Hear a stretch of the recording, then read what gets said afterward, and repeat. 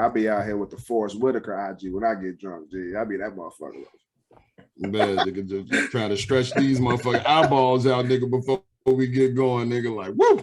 Man, I done been drinking all weekend. I know my ass ain't supposed to be drinking, G. But I definitely had to. That nigga, if you was drinking the whole weekend, nigga, it sounded like you had an eventful weekend. I mean, not like Alex, nigga. Oh yeah, Alex did say he was gonna come back in with some stories from Memphis, right? Yeah, man. Tales from the Crypt. Nah, me and my wife went down to Memphis. There was supposed to be some holy matrimony taking place, but that didn't materialize. We took the opportunity to get away, spend some time together, linked up with a couple of the homies down in Memphis. We had a ball, drinking, living the luscious life. You know what I'm saying? Memphis is actually a city on the rise. I know every Black person's got ties to Memphis one way or another. So we all probably been down or through there at some point or another. But, the city is really on the come up. It's a lot of, I guess, gentrification going on, but it's a lot of Black affluence down there. So it's a lot of Black people, taking advantage of the gentrification and building up the downtown area for sure. But all in all, it was good times. Shout out to the homie Mark, the homie Chris for showing us a good time, the homie Real. He came out and fooled with us. We was swimming in infinity pools and doing all kind of bougie shit. So that nigga it was a good time. Came back and fell back in love with his wife all over again. Came out, gave the awesome, caption for the lady. You know what I'm saying? That's what Memphis do. It make you fall back in love with your lady. Hey, I'm gonna get in trouble right now. She took my phone and posted that shit. Oh man. Ain't no way, nigga. Hold that one, bro. Ain't no way, nigga. That, my guy. You ain't supposed to tell that, man. All right, Nate, edit that shit out. Nigga, we not editing our shit, nigga. It's too late. Wax, G. We on a different. Hey, but the feelings is real. She just put it in the words. We in a different animal. Hey, I love the post, nigga.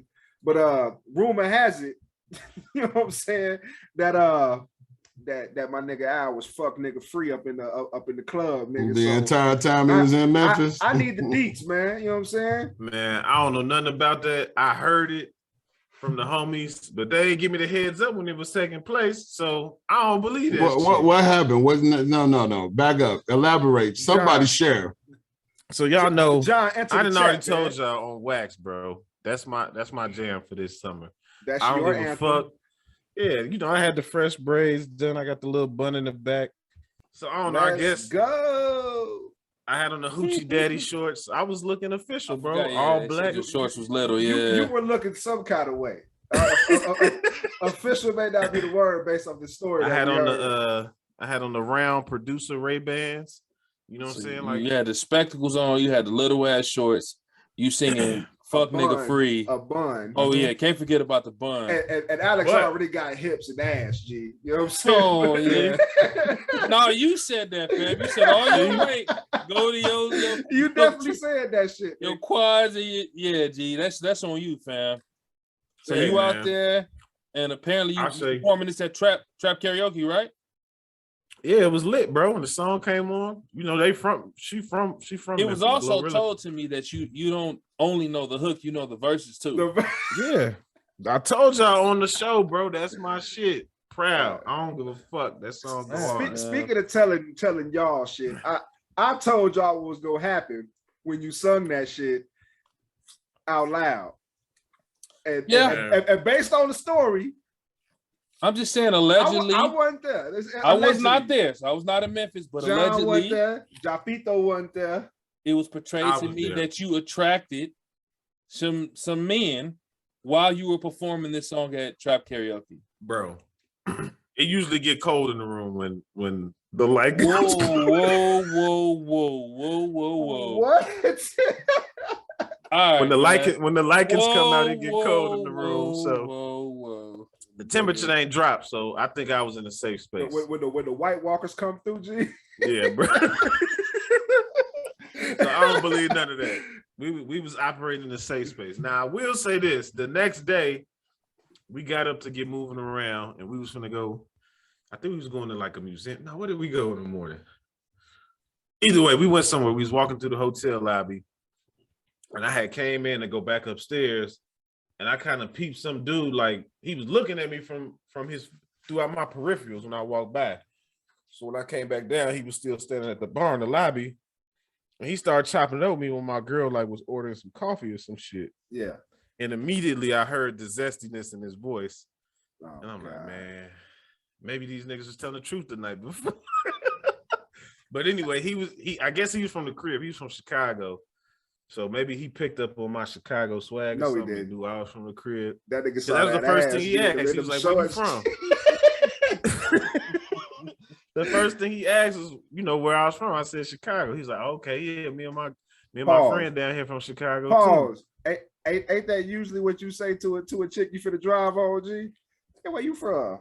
I mean, he seen me with my wife, bro. I kept it cordial, but like I was manly enough in my communication where he knew it wasn't no funny business going on over here. So, we chopped it up for a hot second.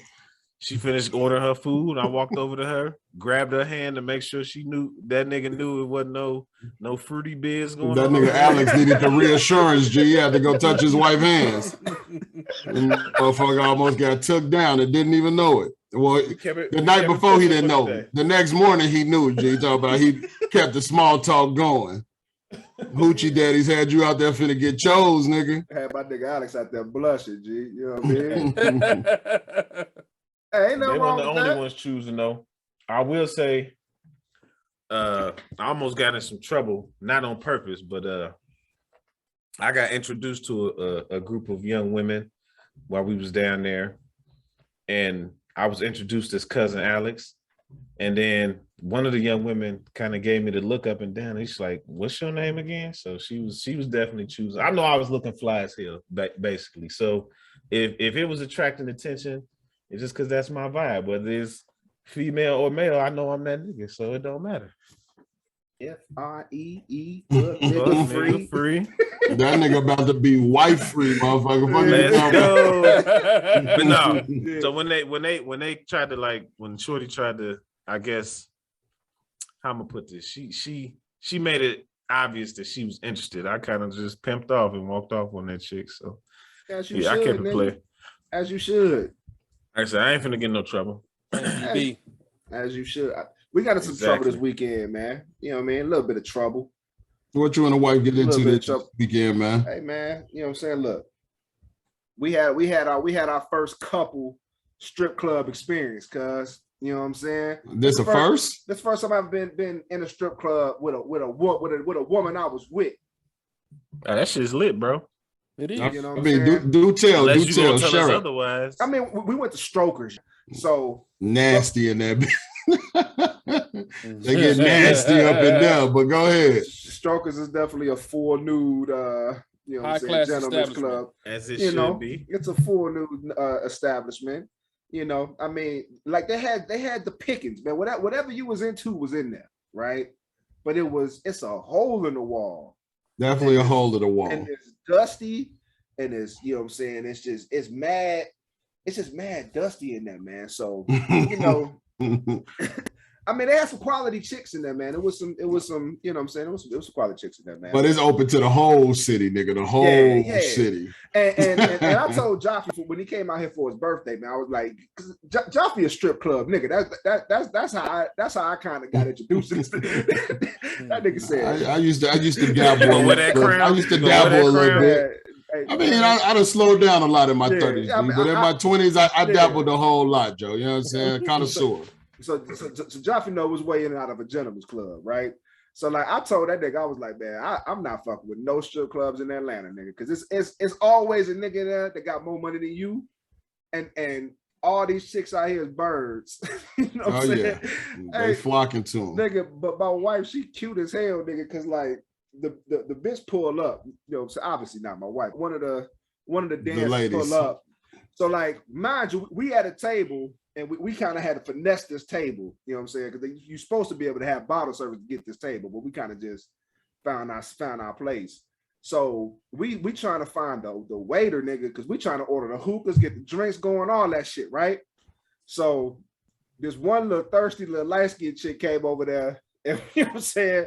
So it's y'all first time here. What y'all doing? Like, you know, so trying to make small talk, but like, y'all want to know, we went into that chick, G. You know what I'm saying? So like, we was like, but we trying because hookah shit. Like, I'll be right back. We knew the bitch wasn't coming back with no hookah, G, because like, you know, we just spent her ass. So we keep like, people keep coming by with like, yo, can we get some hookah? So then some dancer came out. She had her own hookah. So then she was like, she had a little personal joint. She walking around. Y'all with niggas asking for COVID, bro. I mean, we got our own tips, G. You know what I'm saying? So she got her own little hookah. So we was like, man, we looking for that. So then, you know, she kind of finessed her way into a dance, G. But I said, my wife, who got the dance? Who got the dance, nigga? You know she gonna go to the lady. You know what I'm saying? So, so like she so I had the cash in my pocket. So I was like, all right, man, look. You know, so I'm not gonna give I ain't gonna give all my bread to these because like they gonna try to finesse you out the whole bag if you let them. So, you know, she was like, well, she like, I can dance the hookah. So we was like, cool, bet. You know what I'm saying? So she got the dancing. And then like I had my wife some money to tip the broad, and I was like, I don't want to disrespect her and throw it on her. She didn't want to throw the money on her ass. I said, if you don't make it rain on this bitch, nigga, you know what I'm saying? but the chick, she took the little bit off the table and made it rain on herself. On herself, fuck it. Oh my God. That had to have been a tragic scene. Come on, wifey, you guys listen. Next time Jaffe come down, we going to the club. You gonna make it rain one time. So then our homie, you know what I'm saying, one of our best friends was with us. So, you know, it's a good looking woman, and it's this dude, man. You know what I'm saying? Shout out to our disabled listeners, man. But my man was over there. You know what I'm saying? Obviously he had Down syndrome, Joe, but apparently this nigga had a bag. Nigga name was Big Chris, right? So he over there like whole time legit putting his tongue in strippers' booties, G. Like I swear to God, I'm not even lying or exaggerating. He down bad, you know down bad. Like he's over there, nigga. Nasty. Big Chris was in there having the time of his life, man. Yeah, nigga. So he's sitting adjacent to us in the next spot. And this nigga just driving on everything walking, G, man. But you know, it was a fun time. And this nigga, this nigga, what was funny though, the chick dancing, and once the chick get done dancing, you know, she kicked all her little ones and her little pile, put it in her Walmart bag and pimped off. But she forgot bag. One. That nigga Chris definitely. He definitely walked over to our table and picked up the one and put it in his pocket, nigga. Man. That is inappropriate strip club etiquette. 101. It's inappropriate because I told my wife, I was like, man, pick somebody, because like we got down to like our last like a little $30, and I had about $100, you know what I'm saying, the ones, and I was like, man, this shit should get us through the night. That shit didn't last that 20 minutes, nigga. No, that shit get enough. My wife got beside herself and just started throwing so she was afraid to throw it, then she just got loose with it. I'm like, hey man, we got about $30 left. You know what I'm saying? Because like, first of all, you had to pay $40 fucking to park in a shopping center. Then it was $20 cover charge per person. That's why I don't fuck with Atlanta strip clubs, nigga. $20. Yes, nigga. And ask me how much the ATM costs, nigga. To get cash, $29, nigga. $30. $30 fee. $30 fucking look, dollars, nigga. Jaffe just shouldn't know that number off the top of his head, huh? You shouldn't. So mind you, nigga, we done spent the bill. I done spent the bill before you even seen a nipple, nigga. You know what I'm saying? So I done spent the $100 before I even seen anybody, nigga. That's so tough. Did you eat though?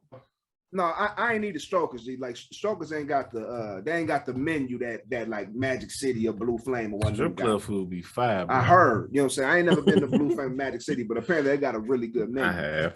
Anywho, you know what I'm saying? So we down to our last little bread, and I was like, man, this shit gonna have to last us the rest of the night. So you know, it was already late night because that was the second spot we had went to, but you know, it was interesting, nigga. You know what I'm saying? Y'all ever been with a lady? Yeah, me and my wife went to a strip club once in New Orleans. Definitely sketchy as hell in the French Quarter. Definitely sketchy. I did see two women in the birdcage pleasuring one another. Hey. You know what I'm saying? And the wife, she could tell she was uncomfortable. And then the discomfort reached a crescendo when the strippers was like, hey, you know, couples that play together, stay together. And then she was like, yo, we got to fucking go. Like, whatever they're talking about, she didn't want to be a part of. You're supposed to try to finesse that move. Like, man, hold on, we gotta wait till the golf ball start coming out the coochie. I was unsuccessful in convincing her to stay at that one. I think we went to Atlantis in Chicago as well. So that was a much more typical strip club experience, you know what I'm saying? But you could tell she wasn't comfortable with it. She don't like that shit. Yeah, you know what I'm saying? It was an experience, man. You know, it's something you should always do with your lady, man. Y'all should always be able to go out and, you know, take it in. Unless your girl just not with it, then she just not gonna be for it. But usually it's a good time. I'm gonna tell you this: the strip clubs have the best music, usually the best food. If you can convince your girl that the strip club is the place to be other than the club, then it's a good look. Like that's my outlook on a strip club. It ain't all about the nudity and this and that. Yeah. The DJs at the strip club, they know what's going hard in the streets. You're gonna enjoy yourself. Most places is BYOB too. So you know what I'm saying? Y'all can bring y'all own drink. Y'all can create y'all own kind of fun. And then, that's a fact. That's a fact. I was nervous though. Like to that point, I was nervous because I was like, nigga, it ain't nothing but thirsty niggas in the club, G. Like a strip club, nigga. So like, I was like, man, old creep ass niggas. Yeah, I'm like, if I go to a club and somebody try to like do some shit, like we just talking about this the other day. I don't know, bro. Like, I was gonna say, I don't see that as the place in the strip club no more. Though, right? Like, right, it's not like that no more. You think about it, you like, man, like, why would they be driving on my fully clothed? It's chick? 40 butt naked. 100 butt naked chicks in here in any flavor you want. Nigga. Let me ask this question though: is the food really good, or does just ass and titties just make the food taste better? I'm gonna say it's really good, bro. I had a Jack's Pizza in the strip club once. I was like, this stop going to strip clubs in the cab. You know exactly the strip club I'm talking about. Stop going to strip clubs in the cab. I think technically it's Somanoff. This nigga it's not Starbucks, the $3 Jack's Pizza from Walmart, bro. Yeah, definitely had a Jack's Pizza. I would tell you this. Listen, I was in Cleveland at the Lakers and Cavs game. Already, but go ahead. We had, you know, big Kobe and LeBron fans, bro. What Joe Kim say? Don't nobody ever want to go to Cleveland? Go ahead. We did my birthday in Cleveland one year. So we hit the strip club late at night. And when I say the big white homie was at the head of the, like, don't you know how most stripper stages, they kind of round off and it's the tippers row? Yeah. My man had his table at the head of the stage. This nigga know what it's called, the tippers row, nigga. That's what they call it. Yeah. Full rack of ribs. Full rack of ribs. Full rack of ribs, G. Probably licking his fingers and everything. I can't. But when I say, hear me out, dude. The nigga was taking down rib tips. You know what I'm saying? In the club with a shorty in his lap, though. Nah, G. So he eating the ribs and palming shorty ass with the barbecue sauce. That's kind of gangster. That's gangster. It's gangster, but can you really eat around buttholes, nigga? Me personally, so I'm gonna tell you this. I will tell you this. I used to be anti-eating in strip clubs, but I had some wings before. Now I get them shits to go. I can't eat it in the club, but I'm definitely getting some wings to go. I'm gonna tell you, that's a for sure right story where I ate in Magic City, but it wasn't because I wanted to eat in Magic City. It's because I realized how broke I was in Magic City. It was an Arab dude. The nigga had the, like, I don't even know what the head joint is called. He had the robe on. He had an assistant. Yeah, he had an assistant with a garbage bag of money, and all of the hoes was at that nigga. Is Atlanta, nigga. It's always gonna be a nigga with more bread than you. Especially in Magic City. You would get humbled in Magic City. But at Magic City, they all do the dances outside along the wall in front of you, nigga. Right. So yeah, I mean, you really ain't gotta indulge in the throwing of the money, nigga. Like, you can hear the thunderclaps over the music. So you in the building, you good enough. I'm coming from Chicago where you get a lap dance for $30. No, you tripping. I'm coming from Chicago. I'm on a work trip or whatever. I'm in Atlanta for the first time as an adult. I'm like, I gotta see what's to Magic City. All the rappers is talking about it. And I think the first mistake, I think I probably paid like $70 to get in that night. Yes. That was a good, that was a good red flag right at the jump. And it just went downhill. I just sat at the bar with my wings and my beer. I might as well have been at a sports bar. You lucky you was able to sit. Every time I've been in there, it's been standing room only. Standing room only. It'd be some celebrity in there, just sunning all us regular niggas, and you just standing there looking thirsty in the standing room only section. You got to go to a hole in the wall spot on like a Wednesday, nigga. It was Wednesday. That's why I was able to sit. Wednesdays are usually ladies' night, you know what I'm saying, or amateur night or something. Hey, it wasn't that night because you ain't getting that bitch on a Saturday. Yeah, the Arab homie had literally had a garbage bag of money. I never seen no shit like that. And Dominique Wilkins was in there that night too. It was an L for me. Yeah, it's always gonna be an L for the strippers, G. You know, he frequent the spot. It's always gonna be an L for the strippers, nigga. But before it's any more L's for us, nigga, let's go ahead and get back into this show, man. You know, John, let's get to it, big dog. Check the stats, we winning. When we lost, we replenished. Started last, but we finished. I just need my percentage. Outer space is the limits. Lied when they said the sky. My life like Claude, taking risks. Need my piece of the pie. Check the stats, we winning. When we lost, we replenished. Started last, but we finished. I just need my percentage. Outer space is the limits. Lied when they said the sky. My life like Claude, taking risks. Need my piece of the pie. Check the stats, we winning. Going hard since the beginning. I took off a minute, but now I'm back in it. Like work when your vacation finished. I cleaned up my image, I'm grinning, cause I ain't in debt no more. I was down, now I'm up like my credit score. Got a daughter, I gotta do better for. Let's get paid off these punchlines and metaphors. Taking the steps to be wealthy. Pop Global LLC. What's up, everybody? You are now tuned in to Cloud of Smoke, the podcast where we talk our shit. I'm one of your hosts, the big homie John, and I'm gonna throw it up to the Cloud Butcher tonight. What's good, people, man? Cloud Butcher in the building. LPJ, Lord Pretty Jaffo. Hey, Al. Freaking holla at him. Yo, what's good? We back once again. Cloud of Smoke boys coming at you live and direct. Nate.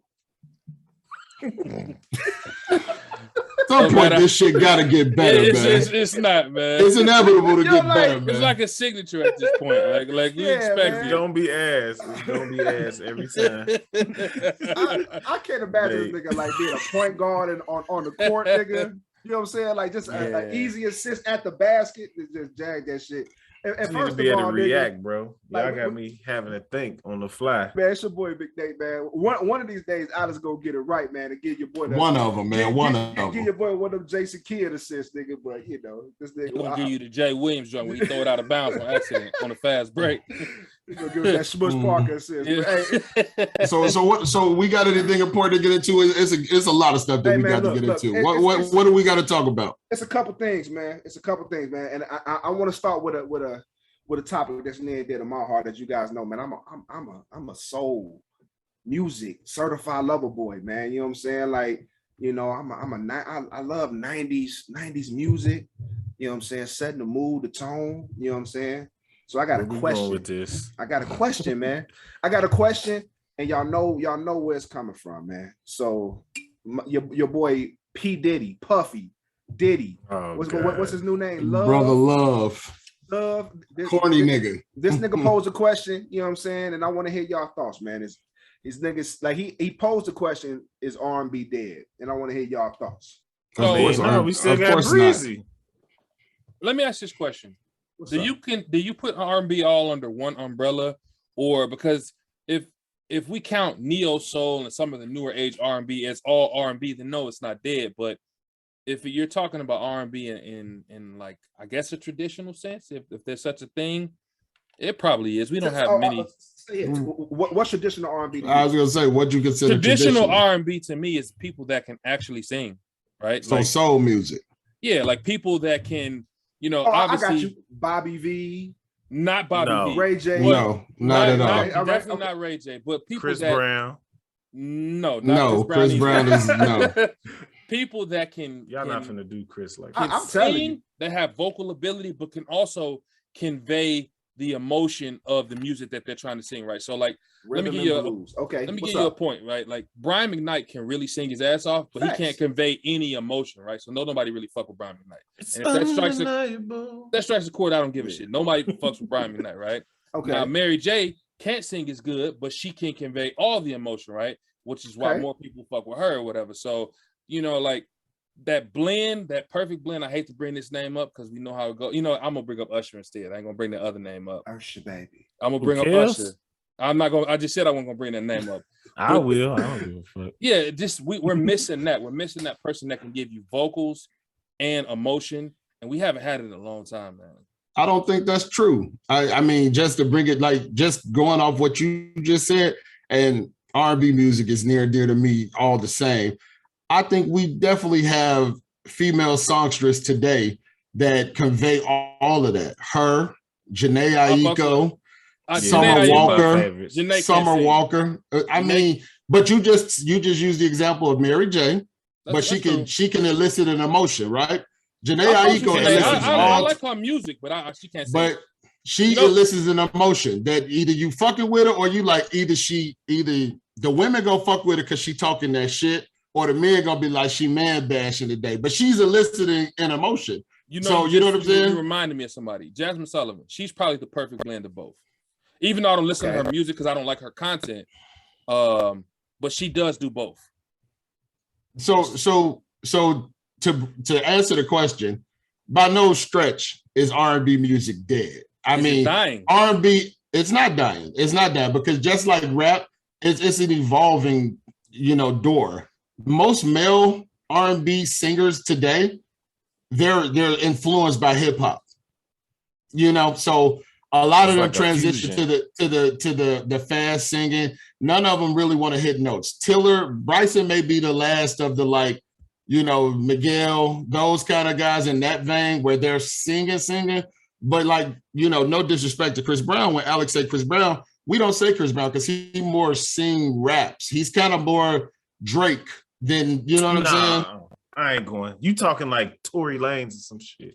Niggas that's trying to be rappers, but they can't really sing. Like, but they're not bad rappers. Breezy ain't rapped a bad bar. Nor has Tory. Tory Chicks tapes are some of the best fucking music you're gonna get, in any genre. But at the same time, to say that R&B is necessarily dying or dwindling down, I don't think so, because Summer Walker, every time she dropped, her, every time she dropped, SZA, every time she dropped, Jhené Aiko. So break down the term. Y'all just not gonna say Beyonce, huh? Fuck Beyonce. I don't think Beyonce. We just got canceled. Beehive. Hold on. Beehive. Yeah, my bad, G.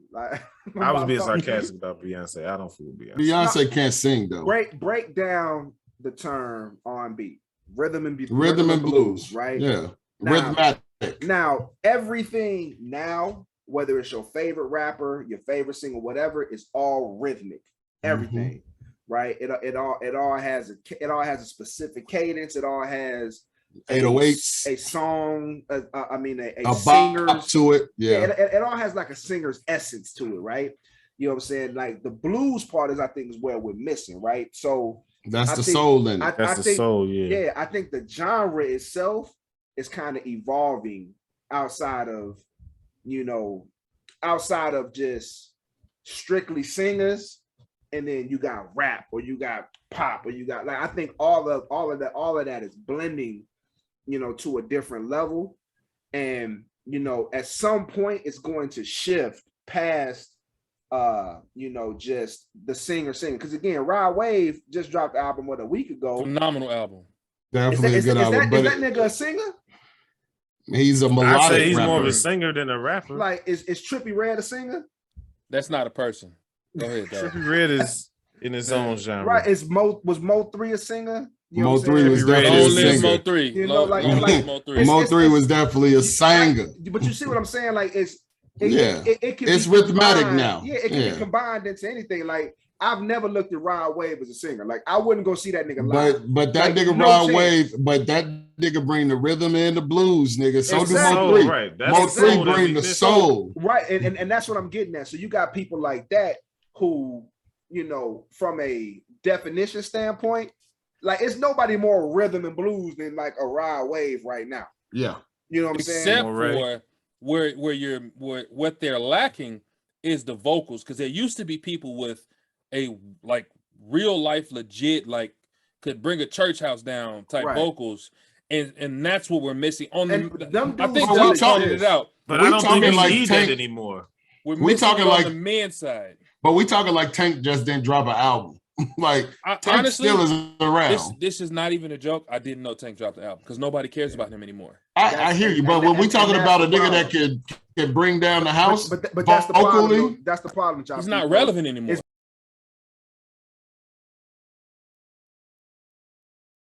I think those niggas exist, right? I think are the traditional people that you talking about, John. I think they exist. They're not mainstream though, and that's it's because it's not what. So again, we've had this conversation before. Who drives the culture? Young niggas. Nah, you about to say not even. I'm not even gonna say young niggas. Look, young. I want to say this. Young people. Black people need to start gatekeeping our culture, because when we don't, other people get to infiltrate it, and then they get to drive the culture as you speak, because they're gonna put more money behind it. Let's stay here. Talk. It's not young niggas driving the culture. It's young white people. It's young Asian people. It's people that want to feel connected to Black urban society without dealing with any of the, I guess, drawbacks that they perceive to exist within Black urban society and culture. I like where we at. Hold on, can we say they driving the culture, or they funding the direction they want to go? It's the exact same. Not because like, for instance, Trippie Redd, I feel like he's an original type of artist, and that's why a lot of y'all don't fuck with him, because he's doing his own thing. He's kind of genre bending. Not to go on no tangent, but he's like that's not driven by nobody but what he likes to do musically. And he gets collaborations and support from a lot of bigger artists that y'all fuck with. All right, so nigga, but that's because of the label that he signed to. Nigga. Yeah. Like they can cash that check, and that's what John is saying. Stay on what John was talking about. So let's stay on what John talking about. So I don't agree. At the end of the day, where is the funding coming from? Right. Where's the money at? The money is in what at this point? And now the money is in streams. The money is in influence. The money is in. You know what I'm saying? It's in that type of shit. It's not necessarily in album sales, or it's not in touring. You know what I'm saying? It's like who got the biggest buzz? Who's creating the waves? And we're creating the culture. That's why I don't agree with John. Who's creating the culture? Black people are. That's America's biggest. Black people has always and we've always created control of they're culture, emulating the culture. Right, and then we change it up and make something else hot. We don't control where the culture goes. Right. It's why you can have people that come in, literally appropriate our culture and make more money off of it than us. It's a fact. Control what gets played on the radio. In the goal line. So they come and they're always hijacking. This goes back to like to every form of music in America.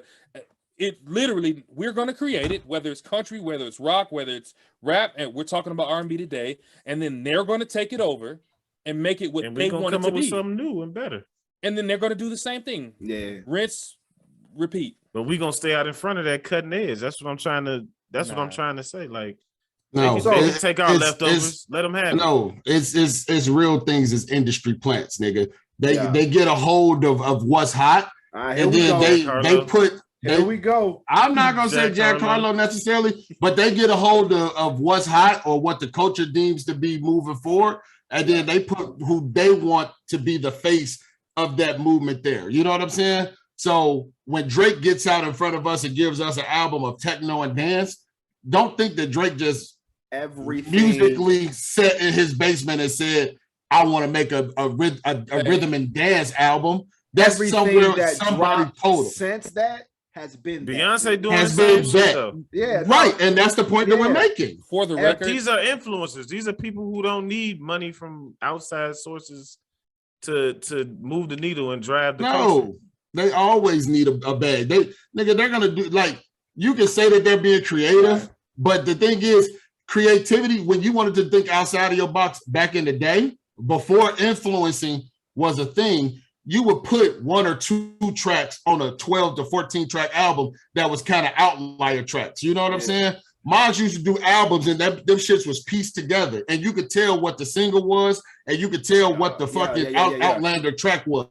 Right now, motherfuckers is putting out straight dance albums. You know what I'm saying? The thing I think Joffy's saying is that the industry tells you what's finna be hot. What's gonna be hot. You know what I'm saying? I'm gonna give you an example. I don't personally agree. I still haven't listened to that Drake album past. And I haven't listened to Beyonce shit either. And I won't. But I'm saying like they're gonna tell the industry what's hot, and then the tastemakers. Everything that's gonna come after that is going. I'll give you guys an example, and this is way obscure, right?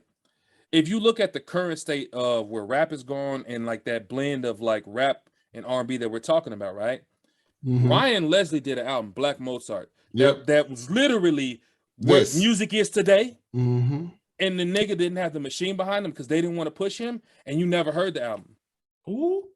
Ryan Leslie. That Black Mozart album is fucking Ryan fire. Leslie, one of the best writers ever, nigga. Yeah. Period. And writers and producers. The R&B singing nigga, Ryan Leslie? Yes, that Ryan Leslie. Yeah. Right, but he didn't have the machine behind him. But real talk, Azalea Banks, as off her rocker as that chick is, like she's lived in this space since her infancy. You know what I'm saying? And I'm not saying I'm an Azalea Banks fan, I listen to her shit. But you know, again, those are the parallels that get drawn. But this is the thing. And this is what I want to get to, because like my question is, why would Diddy ask that question? Why would he ask if R&B is dead? Because he's trying to sell his bullshit. Yeah, he's trying to sell his record. Because he want to revive it. He's coming out with an R&B album. Like he's gonna give us some R&B. But his first track was a fucking techno track. The joint he just dropped with Tiller. Yeah, that shit was a dance track. Like, you know what I'm saying? Like, I'll do my best. So maybe that's what R&B is going to. That too. You know what I'm saying? Beyonce doing it, Drake doing it. So but that's what I'm saying. You're saying machine right. You're saying that the art in a direction. They're pushing the narrative, right? And you're saying that they don't need to do it, but they still report to a label. Like they still get cut a check from a label. Like until you're completely independent on some Chief Keef shit, on some I'm just gonna drop my shit when I feel like dropping my shit. You still have to report, and somebody has to listen to your shit and tell you if your shit good to go. So at one point, the only subgenre for R&B was neo soul, right? And like the people who weren't popish kind of fell into that neo soul spot. Now, what I think the difference is just like rap has all these subgenres, drill. You know what I'm saying? Southern rap. You know what I'm saying? Melodic. That's what that's what a lot of people are doing now. Is now going to separate into more subgenres, right? Because now you got that emo ass shit, G, like the Rod Wave shit. But that's the soul. That's not emo. For the record, I would like to apologize. I would let me not even apologize. Confess. I have a confession. I said I would never listen to Jack Harlow. But he got a track with Rod Wave that's so cold. Go crazy. The second track on the album. Yeah, Jack that bitch crazy. I can't even hate, bro. You can't avoid Jack Harlow. He's I can't even hate, bro. That shit's so definitely cold. an industry plant, though. No, for sure. For sure. But again, like what you just said, Alex, about that being a soul, like, can you put Rod Wave next to Erykah Badu, nigga? You know what I'm saying? You can't. Like they different. You know what I'm saying? So like. You can't lump that into one subgenre. And a lot of these niggas got what's the T-Pain shit going on? What's that? Auto-tune? They got the auto-tune going now. A lot of these, but that's to the point that these niggas aren't singers. So you can never put them side by side with anybody from the early 2000s, the mid 90s. Those motherfuckers was out there singing songs. Like, you know what I'm saying? Yeah, it's different. It's different. Right. But the thing is, like, this is to the point that we were trying to make. The tastemakers decide what's hot, right? Rod Wave would have never lasted 6 years ago, 5 or 6 years ago. Do you think that was a lane for Rod Wave 5-6 years ago? I do. But now tell us how. I don't agree with that is because artists and their content are so much more accessible. So the things that were considered niche are now considered mainstream because everybody has access to it. Okay. So somebody like Trippie Redd, who would have just been stuck on SoundCloud, now has millions and millions of followers or somebody like Rod Wave, who would have got dismissed because he's not lyrical enough and he's singing back in the 90s. Can I ask you a question? There's enough access to his music because of can I ask you a question? Media, this is a lot of people that like that shit can let me ask you a question. Those artists. Let me ask you a question. So it's not no tastemakers. It's the people that. No, let me ask you a question. I definitely want you to be 100% real. That's why we talking about influence, because it's all about the. No, we got you. Let's ask the question. I got something after John. Real quick. How many times have you seen a viral post and a motherfucker post a SoundCloud and you scroll right past that shit? If you believe that Trippie Redd organically made his fans, you're wrong. The fuck out of here. You're wrong. He did on SoundCloud. Man, let me tell you something. I see SoundCloud links all the time on social media, and I scroll right past them shit. John, Alex is right, bro. No way. He right. I'm gonna tell you why. I'm gonna tell you why. We got all of these people had folks behind them. No, they didn't, bro. There's no way. People behind them. I'm gonna give you the exact example, right? So, Alex is making a really good point. You don't have to be mainstream to be popping, right? You don't got to be a household name. So, like for instance, Tech Nine, right? Tech Nine is probably one of the most successful artists fucking ever, and you wouldn't be able to recognize a nigga if you walk past him on the street, right? And this dude sells millions and millions of records. This dude has nothing but sold out shows. Ryan Leslie. We just talked about him. Currency would be another one of those guys. So like that niche market, you don't have to be mainstream to. Y'all niggas sounding like dinosaurs. Buzz. I'm not saying that you have to be mainstream. What I'm saying is that the idea that musical movements are organically grown from a nigga posting on social media is a fallacy. They exist though. No, they're not. That's what we. Okay, I'm gonna give you two names that you have to acknowledge. Soulja Boy and Justin Bieber are the epitome of two niggas. So you're getting telling big me that those internet. two didn't have the machine behind them? No. Soulja Boy, definitely not. You're telling me that Scooter Braun, Scooter Bieber, fucking Braun, like just not the fucking machine? What the fuck? Justin Bieber, you're drunk as fuck, bro. No, he didn't, bro. Man, y'all must have only got on Justin Bieber. He got discovered. Nigga, he had Usher. Once he was discovered, he was with Usher, Scooter Braun. Like, nigga, that nigga has built the organic buzz on fucking YouTube covering other people's shit. Some little white kid was, and that's how you get seen, right? But you don't blow and become the biggest fucking pop star in the fucking world organically. Like, yes, we can say Kid Cudi.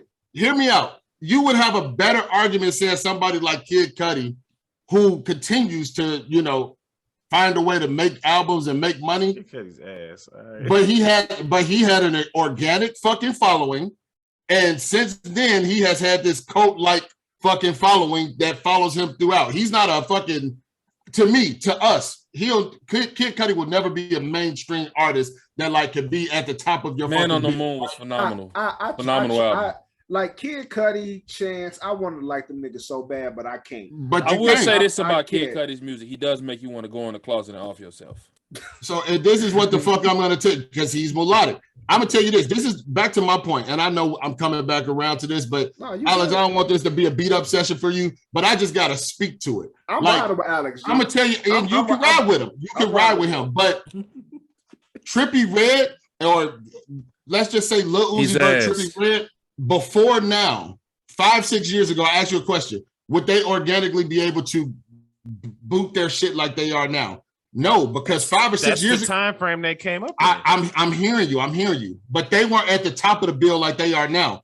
You had to go searching for them motherfuckers because the Beyoncés, the Jays, the fucking, whoever else you want to fucking say were at the top. Nigga, that was the fight on Spotify. That was the fight on Apple, nigga. That you had to go. What's up? I'm listening. Somebody had to beat that door down, though. Right? Who beat the door down? It wasn't Trippie Redd. T motherfucking Pain, nigga.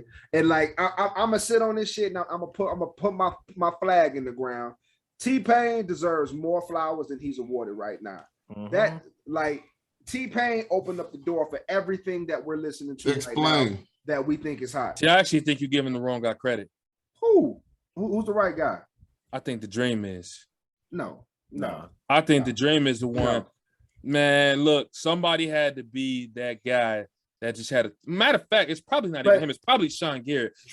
But like you talking about producers who were songwriters. I'm talking about a person that created a sound, a sound that we all recognize in every record that we listen to today. Sounds like it. You can tie that shit back to T-Pain. Can I go on record and say this? All them niggas that y'all talking about have these organic fucking starts. To me, is fucking ass. But that's you. Like, and that's fine. Right. It can be me. But they ass. But that's the thing. But again, like when we talk about people who created a sound, I'm not saying that T-Pain was the first artist to ever use auto-tune, but he was the person who made auto-tune famous and on every nigga's computer who was doing of our generation. Absolutely. So this is, and every song you listen to today has auto-tune. Every song. It's not. So I'm gonna say this. How far back can we go? Because look, rappers using auto-tune, right, and wanting to be melodic in a way. I can say that's Bone Thugs. I can go beyond T-Pain. But I'm specifically talking about auto-tune, not rhythmic rap. You know what I'm saying? So like, but that comes from the fact that these niggas can't produce the melodies, right? They can't do what Bone Thugs did, right, with their own talent. So auto-tune is a mechanism for them to create that type of sound. And that's what we're dealing with. And all these organic, built from the ground, melodic ass, emo fucking rap. They found a niche of motherfucking weirdo ass kids in their fucking basement that want to fucking off themselves too and do drugs and all this dumb shit. It's fucking cornball shit, man. I'ma never give these niggas credit, bro. But that's like rest in peace, the Juice WRLDs of the world, the X10 Tashians, the fucking Trippie Reds. That shit is fucking.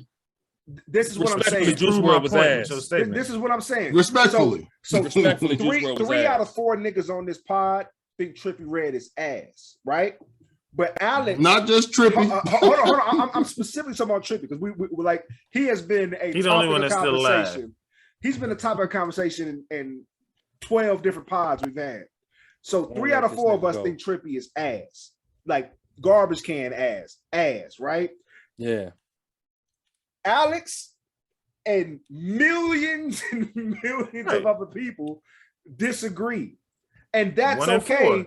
That's extrapolate okay. that out. Yeah, that's okay because that nigga has a niche market, and that market is going to sustain that nigga for the rest of his existence. To bring it back to the original point about gatekeeping our culture, how many of Trippie's fans are the original intended targets of rap culture, and how many of those fans are legitimately the fucking culture vultures that we're talking about? Exactly. See, Alex this might be the one black.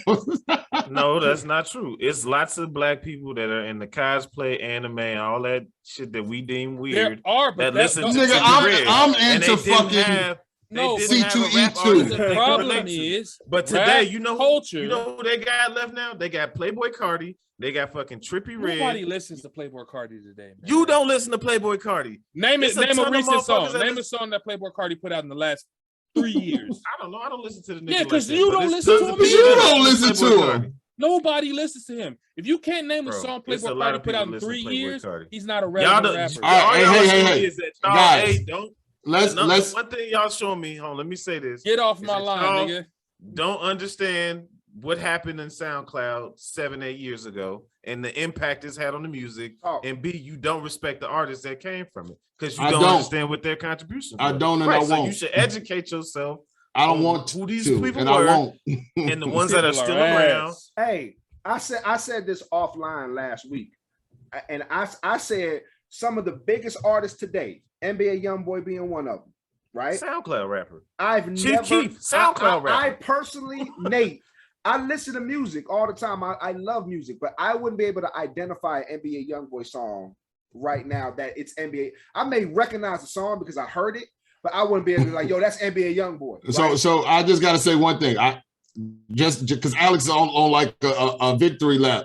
Nigga, none of them niggas you named is nowhere near NBA YoungBoy or Chief Keef. Like those niggas is different lanes. And because you like him. No. NBA YoungBoy is the biggest fucking rapper in the world right now. This is my problem with Alex. You could never compare them niggas to him. Alex is grouping rappers based off of SoundCloud rather than the content and who listens to them. I don't give a fuck. I think that they started on SoundCloud. Alex is giving you different levels of what success looks like. Success can look mainstream. Success can look niche. Why are you telling me a lot of different ways now? Why are you respecting some artists that came from SoundCloud but not others? The whole Chicago drill rap scene was born on fucking SoundCloud, man. I don't have a problem with SoundCloud. I have a problem with people that are cultural appropriators, even with black skin, trying to hijack the culture and present it. But they're not hijacking it. They are hijacking their own lane. That's why you like. You don't like that. That's mosh pits. Bro. Chicago drill was created on my mixtape, motherfucker.com, nigga. Datpiff.com, motherfucker. Like I was not going to SoundCloud to listen to none of this shit, nigga. Fuck is you talking about? I'm gonna bring us full circle. Right? I'm gonna bring us full circle. Definitely. I'm gonna bring us full circle. Right. So like what John is saying specifically is that it's been appropriated, right? Yes. Now this nigga out here want to tell us that party like a rock star ass niggas is worth listening to. These niggas want to be fucking Kurt Cobain so bad, corny ass niggas. The reason who created rock and roll? We just started the conversation with that. The reason why we're talking about is R&B dead because we all recognize what R&B sound like. I'm talking about gatekeepers. You got niggas reclaiming the culture and y'all mad. Nigga, hold fucking tight, nigga. R&B is a sound that we all recognize, correct? Yes, right? Yeah. Traditional R&B. The reason why there's a question behind that is because that sound has been replicated and it's been stepped on so much that we can't identify it as R&B. Hold on.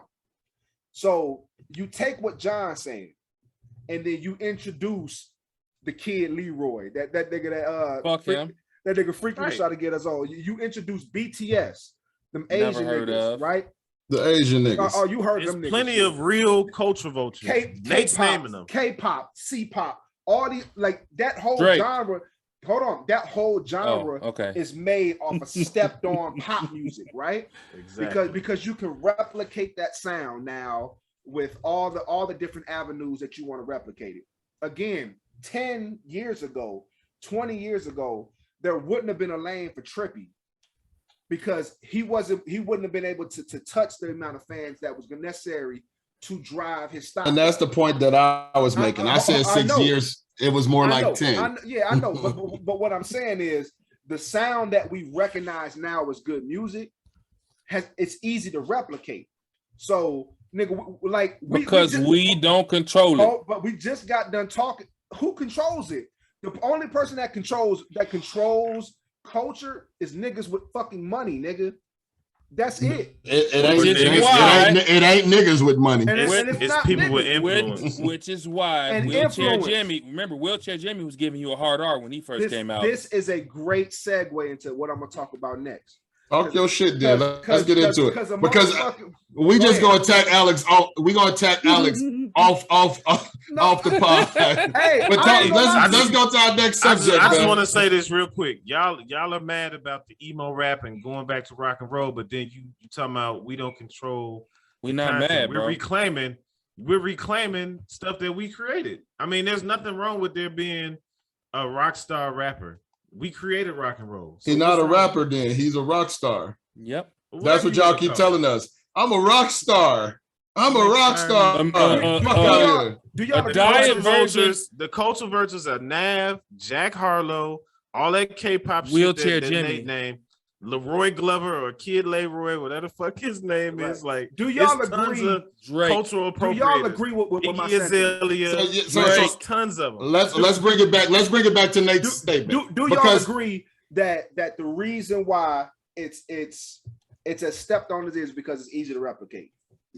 That's a fact. So do you agree, John? Unfortunately, I do agree. Right. So it's easy to replicate. So I can be talentless, right? when them niggas came out, we called them what? Mumble rappers, nigga, Mumble right? rappers. So I can be completely talentless, but if I can get on the mic and I can do that. Can I ask you something, Nate?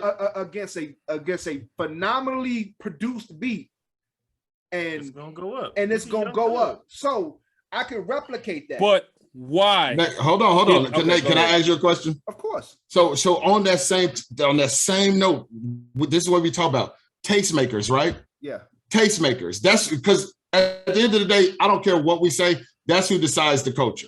The tastemakers. They pick and choose like, oh, this shit's hot. We gonna send this up. We gonna get this experience. That used to be the nigga working the album in the club, the DJs. You know what I'm saying? Or the radio. The DJ or the radio. That's what I started at. You took me on a tangent. But now that we're here, I want to speak about tastemakers because right now something phenomenal just happened today. For rap artists, right? Talentless niggas. And I'm sure what's his name? What's the AI? Let's talk about the AI. Because you don't it's easily replicable. It's very easily, Alex done got my motherfucking blood pressure. Replicated. Look, Joffrey ain't stumbled over a word in about 30 episodes.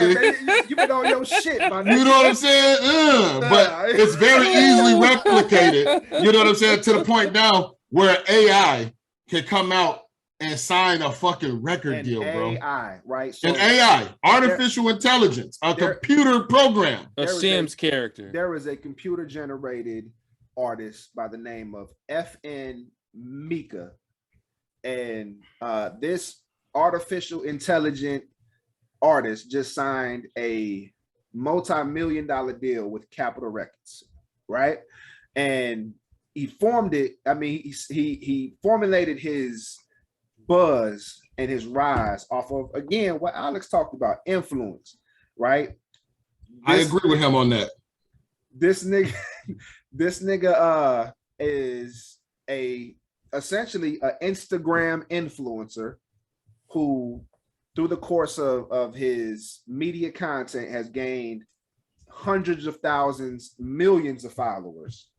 And based off of that alone, has also put out music. We don't know the person behind the voice, but we do know that this person is the first artist to sign a deal. And I think this goes directly into what we're talking about.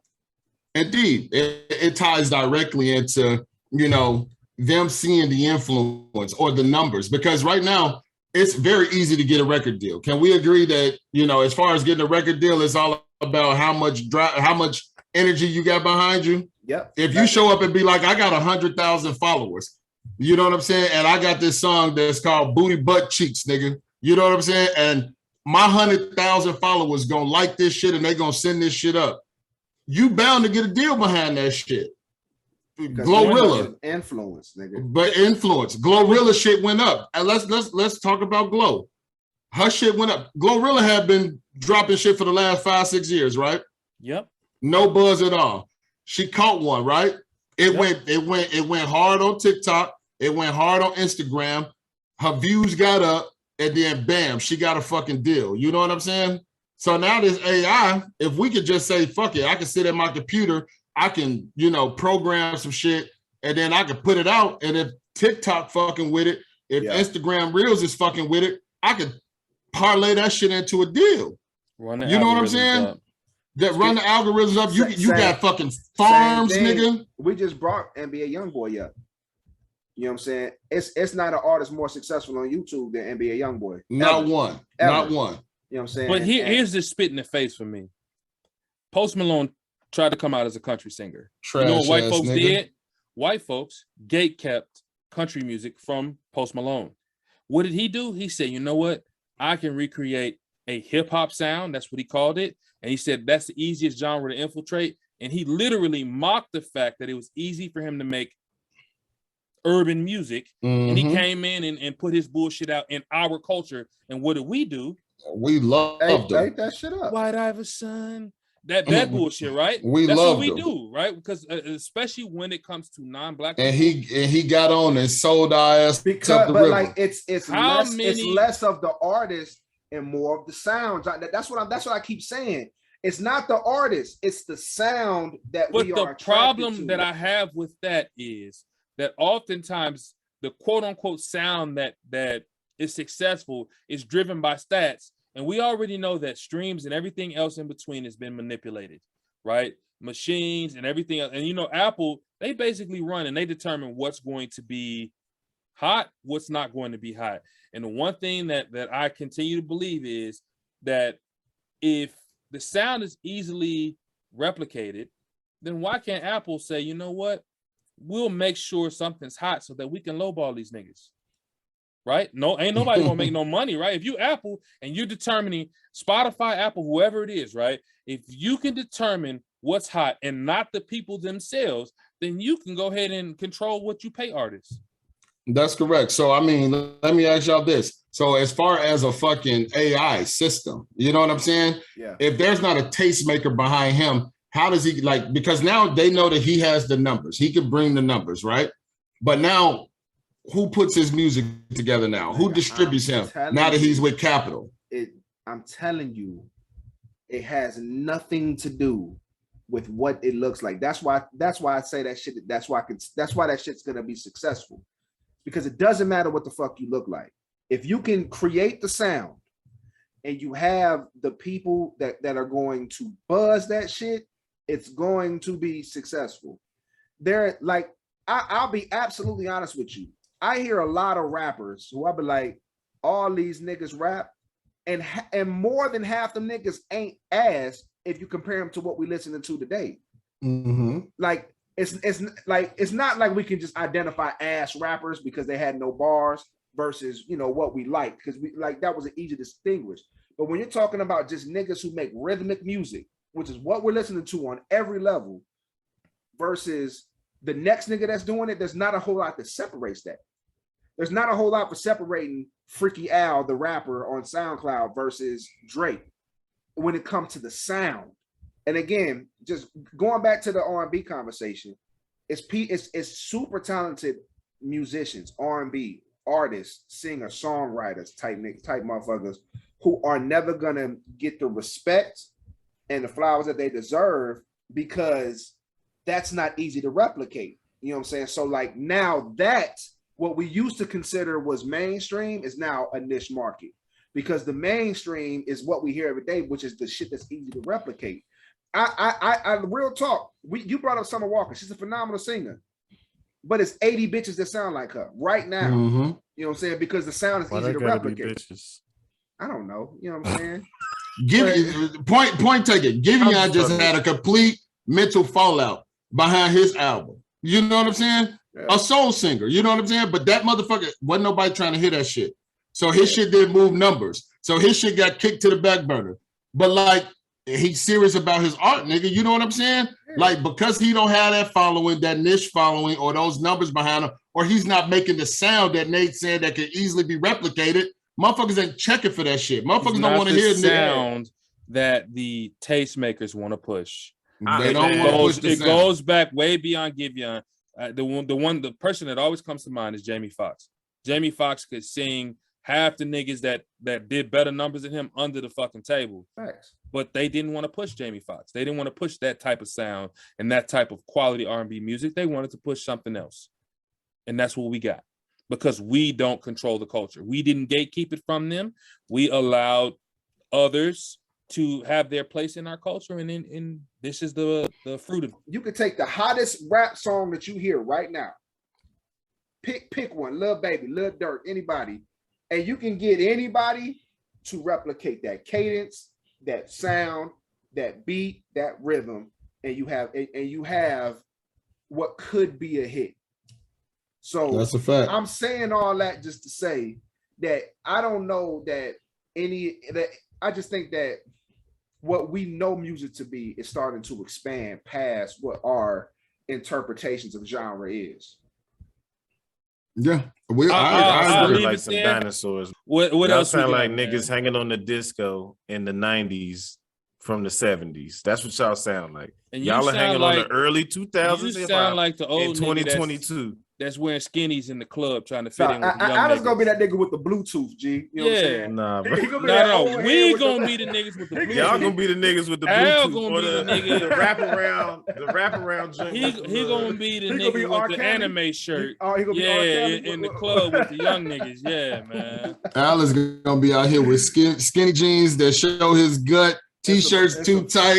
fat ass You know what I'm Balenciaga saying? shirt. Right. It's a Balenciaga boots, nigga. Like Mhm. the fuck out of here, Just like man. Gunna, man, trying to keep up with them youngins, Yeah, man. yeah. We definitely gonna be niggas with the Bluetooth, G. With the, you know And what I'm saying? okay with that, man. That was for us, man. But you know, Truck driver Bluetooths. Hey man, so, hey, let's get into the conversation that you know we talked about offline, man. That you was talking about, John, because I want to hear some of y'all thoughts on that, man. So John, like, go ahead, introduce the topic. let me set it up. All right, so it was a Twitter post, and on the Twitter post, this guy, he showed what him and his girl looked like when they first met, and then he showed what him and his girl looked like after she had given birth to their child. She was visibly bigger, all right, and I think the guy was okay with it, but there was a lot of commentary on Twitter regarding the woman's weight gain. Within that commentary, there were a number of women who said they would want their significant other to tell them if they're gaining weight. And so I kind of wanted to bring it to Cloud of Smoke.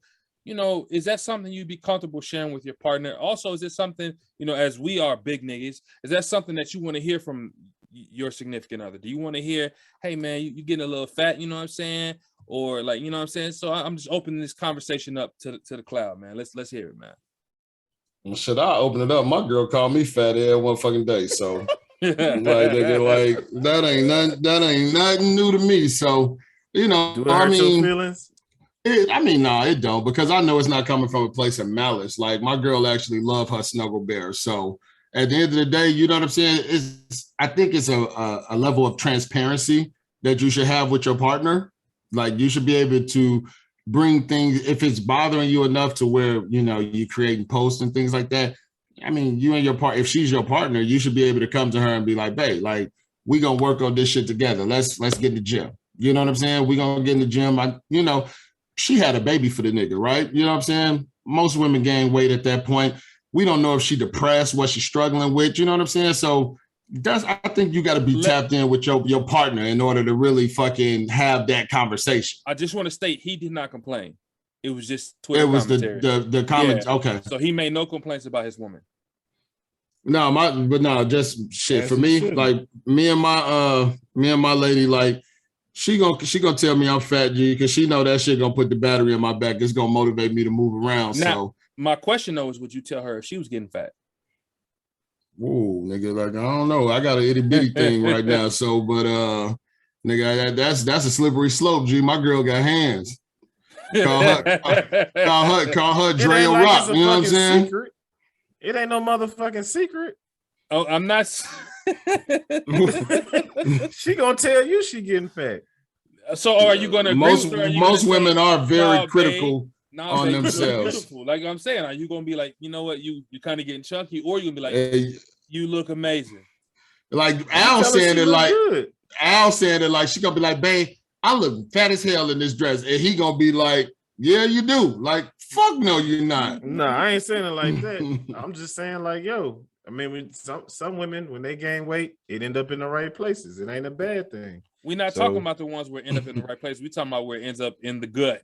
Nate, don't in the guts. Nate, don't sit this one out. Get your ass honest, in, bro. I'm gonna be honest, and this is not gonna be a popular opinion, I'm sure. But okay, I appreciate the gut because it's enough surgery, Build-A-Bear looking ass bitches out here. I like a natural looking woman, especially if I know she done had some kids. Yeah, she ain't got I was gonna stay behind that. Like, bro, she can have a gut, a little pouch, like that shit. I want to refute what you're saying to an extent. I know some women that have had 4 kids that don't have guts without surgery. Natural is whatever that woman is, right?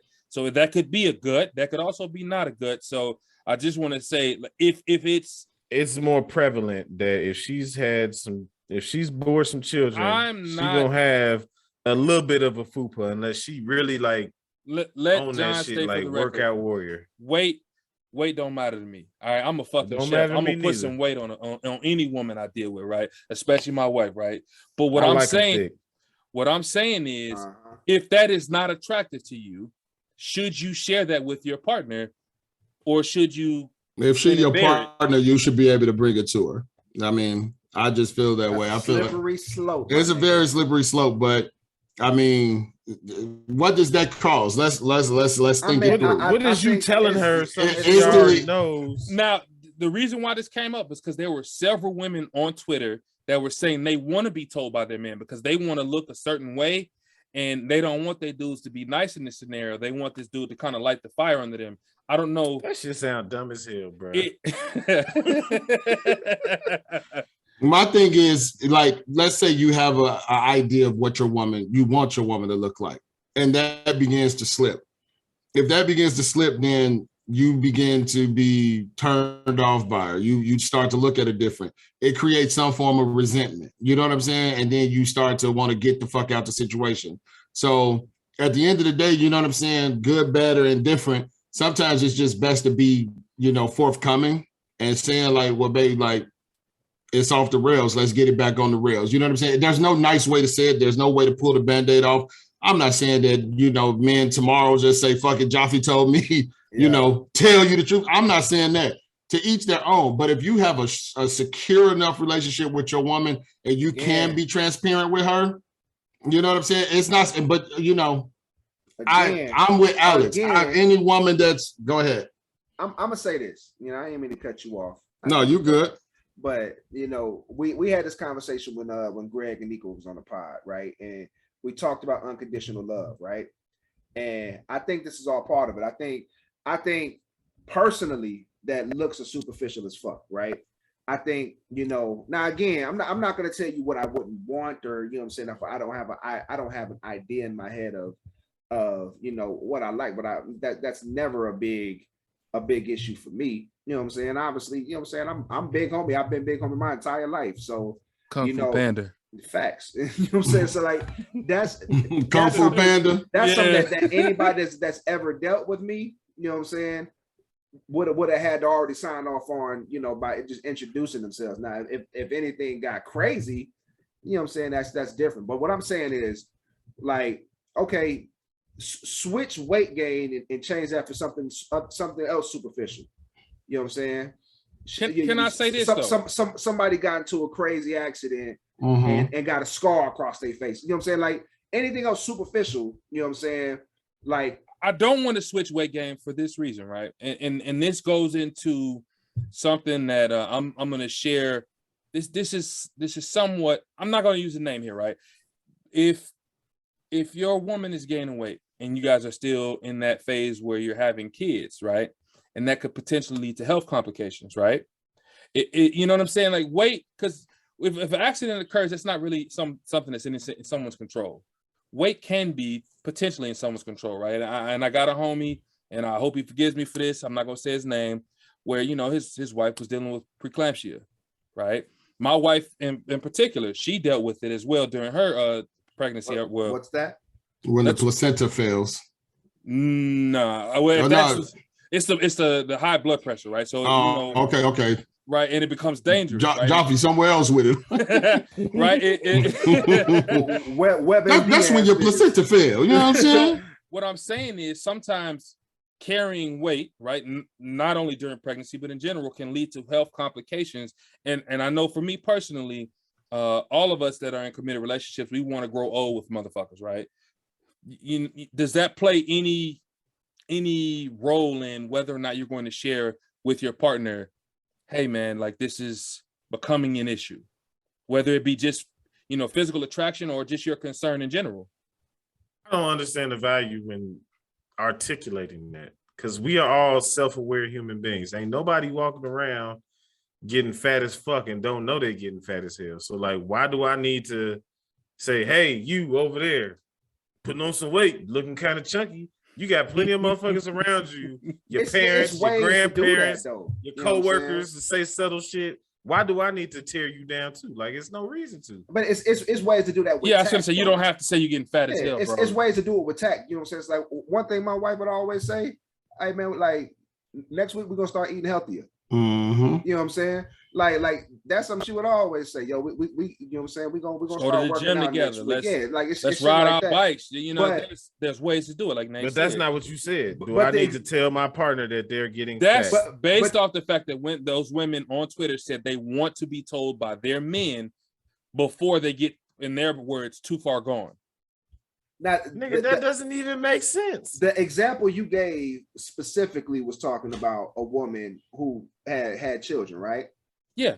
All right. So what a lot of people, you know what I'm saying, if a lot of people don't know, there's a lot of women who had kids, right? Absolutely. And there is a I got And I'm human trying to race remember. is still going. Hold on, so. I'm trying to remember the term of it. There's a lot of them who had kids who have like a gut, right? And that gut it's not even from not even fat. It can be scar diet. tissue. It be a lot of different things. It's actually called diastasis recti. That's what it's called, right? Okay. It's where your abdomen actually splits. Yeah. Right. And no, that's facts. That is facts. Nigga, my wife had it. You know what I'm saying? So like your abs literally split, and it causes like that sounds painful gap. as shit. It's like a gap, and it creates like what looks like a gut, right? Glad they ate the fruit, not us. Literally, the only way to fix that is through surgery, right? Where they literally tying your shit back together, right? So like with that being said, it's not even that it's, you know, excessive weight gain or anything. Like sometimes like just the aesthetics, because childbirth is fucking amazing. You know what I'm saying? That it changes the aesthetics. Nigga, it's some flat booty. It's some flat booty chicks out there that had a kid and went and got a dumper, nigga. You know what I'm saying? Hey, for the record, the result of childbirth is amazing. The act of childbirth is less than amazing. All right. That shit is respectfully. All right. This may get me in trouble, but what I saw was terrifying. All right. All right. What I saw was absolutely terrifying. All right. So you know, you could be Kung Fu Panda if you want to. That should just make you realize, nigga, that every chick that ever moaned in life was fucking faking, nigga. No. Look, let me tell you something. Childbirth made anything that come out of a hole this big, you not doing anything to please. Hey, let me tell you something. I wasn't sure if the doctor was helping or hurting my wife. I damn near had to help him out. All right, I didn't know what was going on here. I didn't like the visuals. I wanted to hurt the doctor. Man, I guess my stance on this whole thing is if it's a healthy relationship, I guess it's okay to have that conversation, but you shouldn't need to, because if both parties are, you know, self-aware, it's nothing to talk about. Like, okay, you know it, I know it, let's work on it. Let's work together. So weight is let me create an environment for you to, you know, better yourself in that area. It don't like what is me telling you, hey babe, I see you getting kind of big over there. Like, how do you even say that tastefully? A woman, you can't even tell her fucking hair look messed up. But these goofballs out here talking about, I'm supposed to tell you getting fat. Like, speaking of hair, Jay, I cut my dreads because the loctician I had, she fucked me up, and I had a bald spot growing in the middle. Right? I ain't gonna lie to you. The wife was like, "You need to grow them shits back." All right, that was the skinny and short of that conversation. You need to grow them shits back. A couple of years ago, I was downstairs cutting my hair, G, and like my sons had lost the football game, so I was feeling some kind of way, so I needed a quick change. And I shaved my beard, nigga. Into a goatee. G. My wife came downstairs and looked at me like, why you do that? You know what I'm saying? I was like, damn, like I low-key got offended, nigga. Like, good thing I wasn't down here fucking feeling myself, nigga. You just knocked the cool out my walk, nigga. You know what I'm saying? Like, it's like she turned her nose, why you do that? Like she said, first too. I think it's different though for men and women. Like, I guess we're better equipped to handle those kind of comments. It don't phase us. Well, I say not all of us, most of us. I don't think it. We just let shit like that. I didn't lose no sleep. So the second part of what John said was that there was a huge group of women that wanted they male to tell them, right? Like, do you want me to tell you to validate your own thoughts, or you want me to tell you because you don't know what the fuck going on? Like, I think that's a difference. Because like if you are already feeling that way and then you come to me and be like, yo, you want me to be honest, that's a different conversation than you living your life thinking everything's sweet. And I'll be like, baby, you know what I'm saying? Let's not sit on these plastic chairs this week. Like that's different. You know what I'm saying? Like that's a different fucking conversation. But like if you want, that's when you reach fat nigga territory. When you gotta be choosy about them chairs you sit on at the cookout, man. You gotta trust the structural integrity of what the fuck you sitting on. So I bring my own chair to the cookout. There'll be no chances taken. I'm just saying. So like, look, this is a good spot for the ladies, man, to create conversation. You know, I want to know. You know what I'm saying? And I may ask my own lady and say, you know, like, how would you feel in that situation? You know what I'm saying? But I'm one that's gonna say, you know, because shit's not superficial to me. Period. You know what I'm saying? Like I'm just not that dude. You know what I'm saying? Because I you know, you call me Kung Fu Panda, whatever the fuck y'all want to call me, nigga. But shit ain't superficial to me, man. Like, you know, I will say this. I'll say this about from a different lens, nigga. My own wife. Things aren't necessarily superficial, but again, there comes a point, right, as we get older where this shit does have a lasting impact on our health, and we do want to be healthy. And that is honestly, any conversations that we have about weight are literally centered around that. Hey, let's try to, you know, improve lifestyle habits for the sake of, you know, niggas want to see their 80s together. Mm-hmm. It would suck ass to, you know what I'm saying, for one of us to croak early in this equation here. Oh yeah. Facts. And then at the end of the day, like, you know what I'm saying, like just promoting a healthier lifestyle is always the goal anyway, man.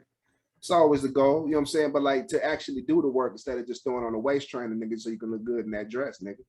You know, man, if they want to put on a joint that the bat suit is made of, man, you know, to look a certain way, I'm not knocking it. Go ahead. I ain't knocking it either. I'm just saying, like, at the end of the day, like, if the goal of me telling you that is to promote a healthier lifestyle, or you telling me that it's to promote a healthier lifestyle, then that's the goal. Because like, if you tell me that shit and something don't automatically click in my brain to start to try to make a change, then, you know, my mind, just how I'm wired, is gonna start running anyway.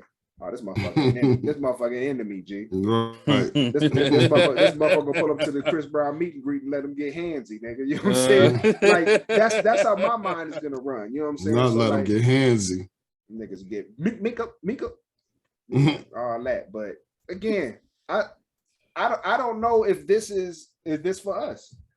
This is world for the ladies, man. Like, cause yeah, this definitely would love their feedback on this for sure. Yeah, man. Ladies, stop.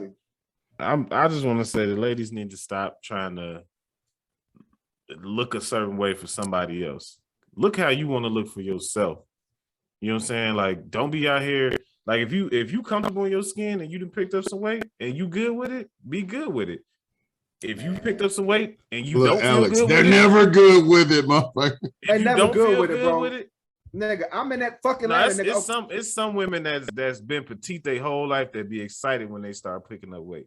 So it's women on all. Yeah. That's not what was the topic though. And also, but let me finish. If you know that you didn't gain some weight, you don't need no man to tell you that, and take pride in, you know, putting in the work or whatever you need to do to get your shit in order. Like, the shit is just crazy that we sitting here having this conversation and that women feel like they need a man to tell them. I don't even know if it's women to validate them, or I don't know. Is that even validating? Like, I'll say this: a lot of the women that said they want to be told admitted to not having kids, to not being in the situation. So they may feel differently about it once they are in the situation. This is just one of those life experiences that they'll figure out as they go through it, if they're fortunate enough to go through it or choose to go through it. You know what I'm saying? So I just leave it like that. But I you know, it's nothing wrong with wanting to be desired by your partner. So I kind of reject your statement about needing validation. Look, I want my wife to want me just like I'm pretty sure she wants me to want her. All right. Not only on a emotional level or spiritual level, but also physically too. You know what I'm saying? That's why gaining weight ain't always little ass whiskers, man. Superficial, nigga. Yeah, that shit is superficial. Like I said, like I'm not knocking it. I'm just picked saying. up some weight. Like what? You don't instantly. If somebody feels that you instantly become undesirable because you got some extra curves on your back, You ain't that nigga's superficial as hell, bro. Period. I don't know. Pussy's I mean, still hidden. Right or wrong. I'm not. Pussy Let's. ain't gaining no weight. Can we? All right. So we can't speak to the women, right? Let's speak to us, right? Because let's say you and your woman are together, right? And you've been doing something. You've been eating the way that you've been eating your entire life, and she goes through a lifestyle change, and she becomes more of a health nut, more conscious of what she's eating, going to the gym more. But you're not. I mean, are most men gonna say, well, fuck it, if my girl doing it, I'm gonna go ahead and do it too? You know what I'm saying? Because that could be the indicators to say, like, well, motherfucker, I want to be here for the long haul, nigga. You gonna join in or not? Most of us gonna fucking be like, well, shit, good for you, babe. Way to get your ass in the gym. You gonna still eat the pork chops, you gonna still eat the fucking Cheetos and Fritos, and you still gonna play Madden fucking 6 hours a day and do nothing. You know what I'm saying? Like, is it okay? I got a cousin. I got a cousin that can speak to this. Hold on, y'all talking over each other. Y'all talking over each other one at a time. Has lost 200 pounds. Okay. She has really been on it for the last 3 years. I'm pretty sure Al has seen her on Facebook. I didn't show them pictures and shit like that. Real proud of her for the record. She literally told me at one point she had considered, you know what I'm saying, really addressing her husband, because while she was starting this journey and trying to maintain discipline, it wasn't nothing for this nigga to pull up with a box of Popeyes. You know what I'm saying? Potentially derail her and shit like that. And like you said, he didn't give a fuck. I'm gonna do me. I'm gonna live like I do. But it became to the point to where she did address with him where she felt like he wasn't being supportive of her long-term vision of what she had for her health. Yeah, man, we can go a lot of places with this. Yeah, and this, to me, this could spin into like mental health, all kind of stuff, because what you're talking about now is like psychology and why some men respond certain ways and others respond differently. And if you seeing your partner doing something, is that going to motivate you to do something with yourself, or is it going to demotivate you further? So I think this is a bigger conversation that we can take some places. I don't know if y'all really want to go there, but yeah. I mean, look, it's a lot of people like, and I've seen this happen in real life where a chick lose a lot of weight and her man end up resenting her behind that shit. You know what I'm saying? Insecurity. That's what I'm talking about. Like, mental health. And it's a lot of shit. And your partner's gonna want they gonna. I mean, it's as my wife levels up, I want to level up, and vice versa. Like, and she's encouraging me to do the same shit. That's leveling. I mean, like that's how it works, man. You know what I'm saying? And like that's how it's supposed to work. That's what I mean. Like that's how it's supposed to work. But at the same time, you might, that discipline that John talking about, that you might have resentment behind that because you don't have that discipline to be able to make those lifestyle changes, those moves or whatever. And again, that go outside of just weight. You can see your lady progressing in her career or whatever, and you stagnant. You know what I'm saying? And you resent her behind the success that she. I mean, but that also comes with the transparency, like being willing to for your partner to tell you, like, babe, we leveling up. Like you missing the train, nigga. Like, most of our significant others speak life to us every day. Babe, this is what I see for us. This is what I want. This is where I want us to be going and where I want. And we fucking match that energy. But that's because we can have those transparent conversations. You not with the person you need to be with if you can't have a transparent conversation and not feel some kind of way behind it. Facts. Homie was supposed to eat the Popeyes in the car. Definitely. Don't eat the shit. Don't eat the shit in front of your wife, man. You see her over there with the just my luck. I have crumbs in my beard or some shit and give it all away. Definitely have some of that dry ass biscuit in your beard, G. Man, have some of the red bean and rice juice on my shirt. If you see the person that you love and that you care about on this journey, like, what are you thinking to like just literally just be on some fat shit in her face? Like most niggas had that thought process, like, I'm living my life, you live your life, XYZ. But I don't know. If you really in a healthy relationship, I disagree. That's not how you gonna look at it. So right, to me, but that's what we talking about. That's what we talking about. I feel like there's some other shit behind that to where he felt like I didn't already share this fat ass Popeyes. Share this with you, Al. Nigga, I was in the gym last year twice a day. I was putting in work. The diet was clean and shit like that. And guess what?